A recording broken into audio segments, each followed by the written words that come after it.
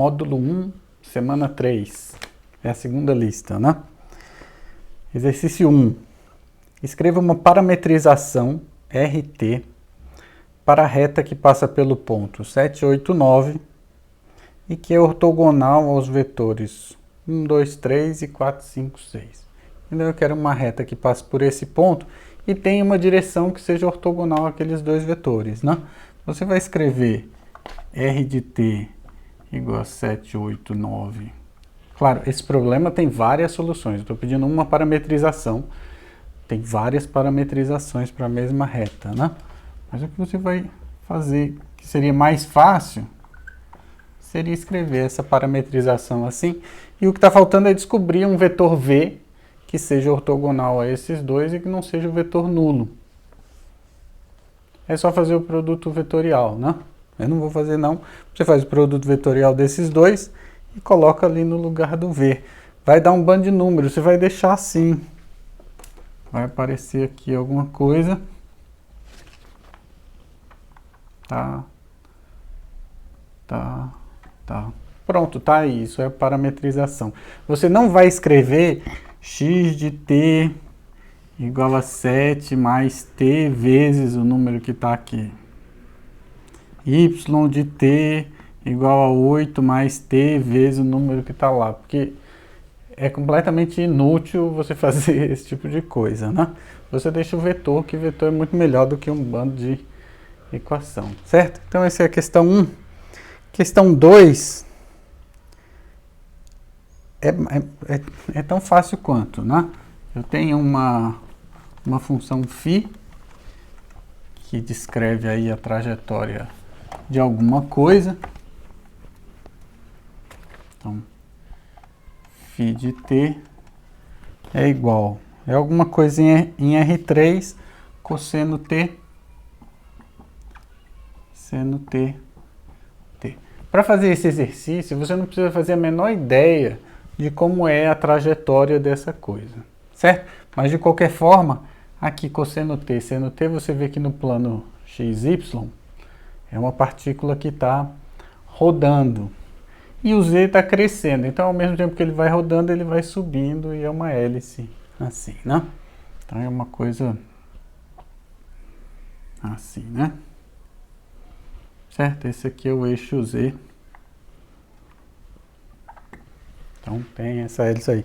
Aí eu digo assim, vai lá no t igual a 5, vê qual é o ponto correspondente. Esse ponto aqui é o φ de 5. E calcula aí, vê uma parametrização para essa reta aqui, tangente a esse, é isso. Então, de novo, o que você precisa fazer? R de t igual a 1A mais tv. A é um ponto por onde a reta passa. Você pode usar o próprio φ de 5, né? Então você pode escrever φ de 5. Lembrando, de novo, isso é uma parametrização para essa reta. Existem várias, né? Eu estou fazendo aqui, eu acho mais simples. Pegar o A como φ de 5. Você podia pegar o A como φ de 8. Desde aqui. φ de 8 não, perdão. Você podia pegar o A como sendo qualquer outro ponto aqui por onde a reta passa. φ de 8 não serve. Então, φ de 5 mais t vezes, agora um vetor que dá a direção dessa reta tangente, né? Velocidade, né? Então você deriva e vê quanto que vale a derivada em t igual a 5. Deriva aqui, deriva lá, né?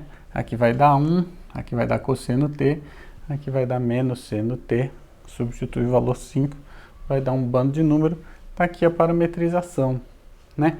Se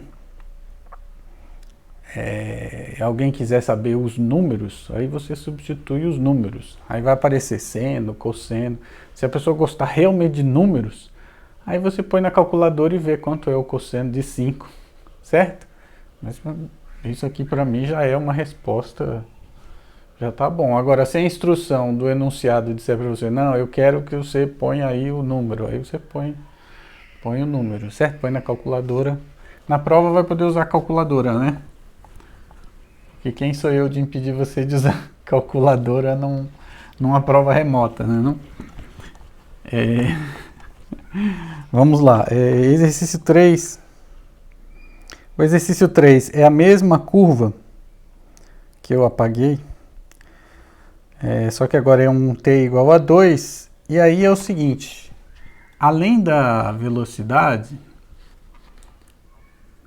aqui eu fiz de 2, então além do vetor velocidade, tem também um vetor aceleração, que faz a velocidade mudar, né? Podia ser que a aceleração fosse zero, como pode ser que a velocidade seja zero, né? Pode ser que a aceleração seja paralela ao vetor velocidade, significa que a coisa está meio que andando em linha reta, né? Se tiver uma espécie de força, né, puxando a coisa para fazer uma curva, essa força é mais ou menos a aceleração, né? Então, esses dois vetores, o φ' de 5 e o φ duas linhas de 5, eles não vão ser paralelos, então eles determinam um plano. E eu quero então a reta que passa nesse ponto e é ortogonal a esse plano, ou seja, é ortogonal a esses dois vetores. De novo, r de t é igual a φ de 2, aqui é tudo 2, eu botei 5, mas na questão 3 é 2. φ de 2 mais t vezes v, onde v é um vetor qualquer que tem a direção que você quer. Eu quero um vetor que seja ortogonal a esse e a esse. Quem que você vai usar para ver? O mais fácil em R3 é você fazer φ' de 2, produto vetorial, φ duas linhas de 2, né? Esse vetor é ortogonal àqueles dois. Se eles não forem paralelos, e não vai ser o caso, esse vetor não vai dar zero.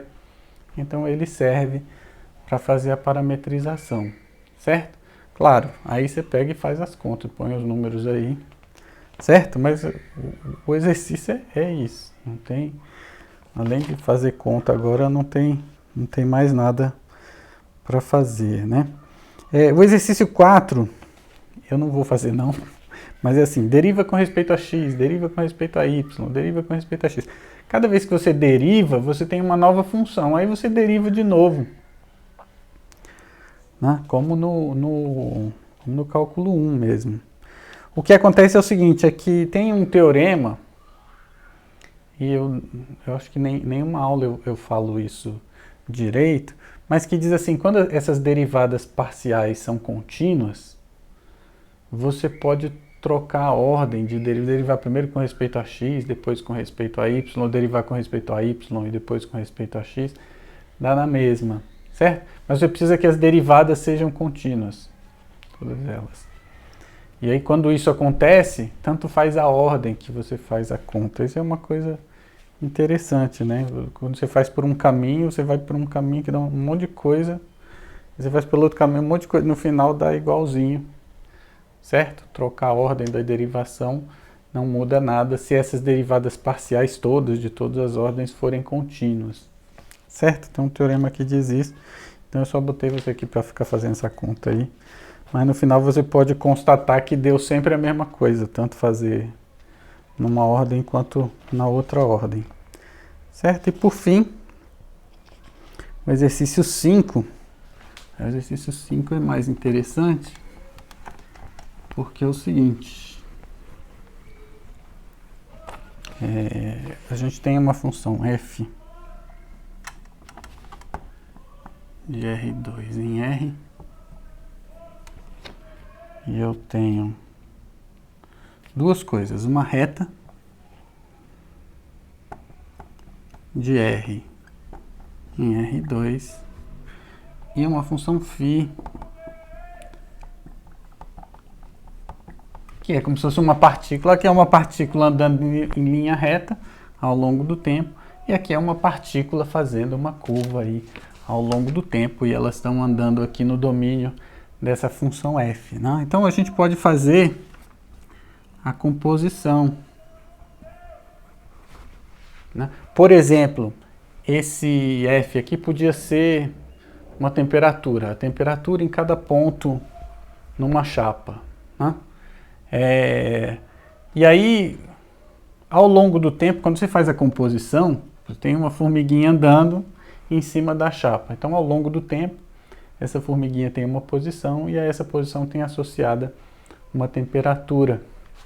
E você pode se perguntar qual que é a derivada dessa composição, quer dizer, qual que é a variação de temperatura que a formiguinha está sentindo ao longo do tempo, certo? Qual que é a taxa de variação dessa temperatura, tanto quando ela está andando em linha reta, quanto quando ela está andando aqui de acordo com essa outra função φ aí, né? Esse cara aqui, a fórmula dele é assim, T 1,T, e aquele outro ali é T cosseno T seno T. Então esse aqui está andando em linha reta e esse aqui está andando em círculos, né? Eu digo assim, calcule a derivada tanto dessa composição quanto dessa composição nos instantes t igual a 0 e t igual a 1. Né? Em t igual a 0, esse cara aqui, ele está no ponto 1, 0, né? Então ele está aqui, né? E esse aqui no t igual a 0 também.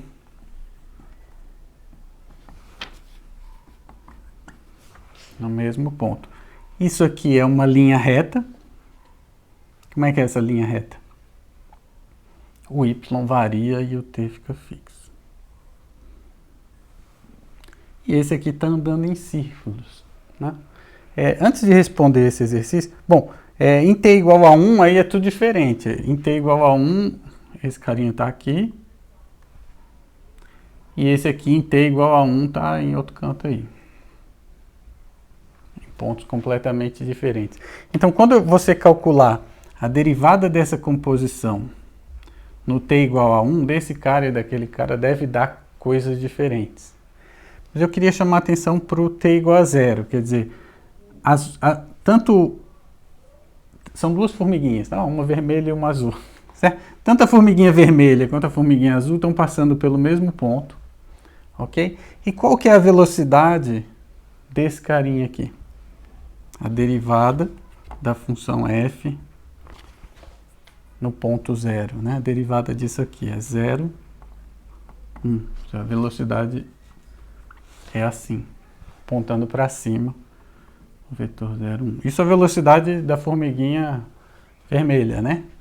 E a formiguinha azul está andando em círculos, mas qual que é a velocidade dela? Φ' de 0. É a derivada do cosseno é menos seno de 0 e de seno é o cosseno de 0. E isso aqui também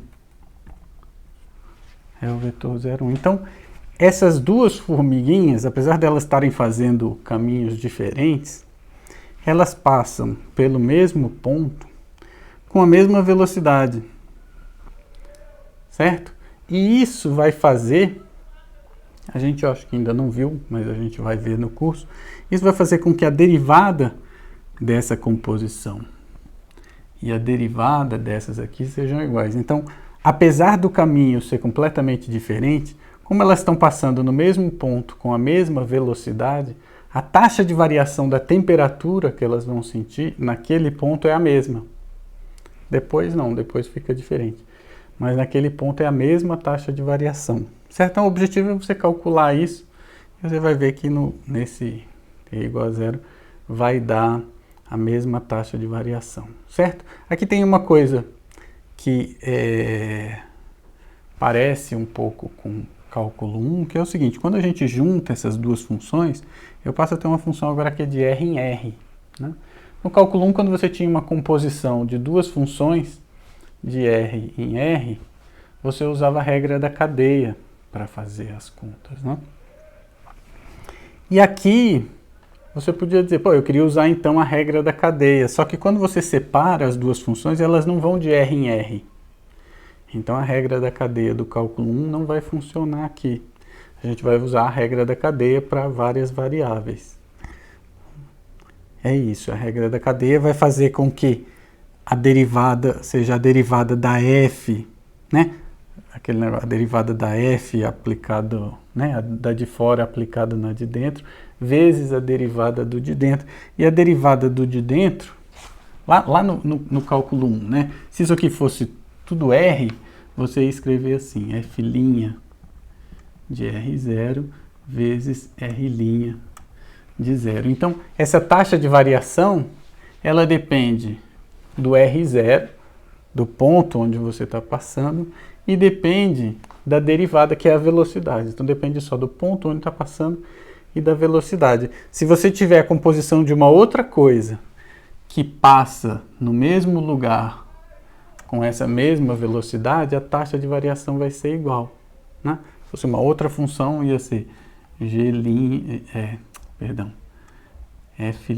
de φ, por exemplo, né? Vezes φ' de 0. Então, se o ponto onde passa é o mesmo e a velocidade é o mesmo, a taxa de variação vai ser igual pela regra da cadeia, né? Então é só por isso que eu botei esse exercício aí, para você verificar que de fato essas duas derivadas vão dar iguaizinhas, certo? Essa é a lista da semana 3.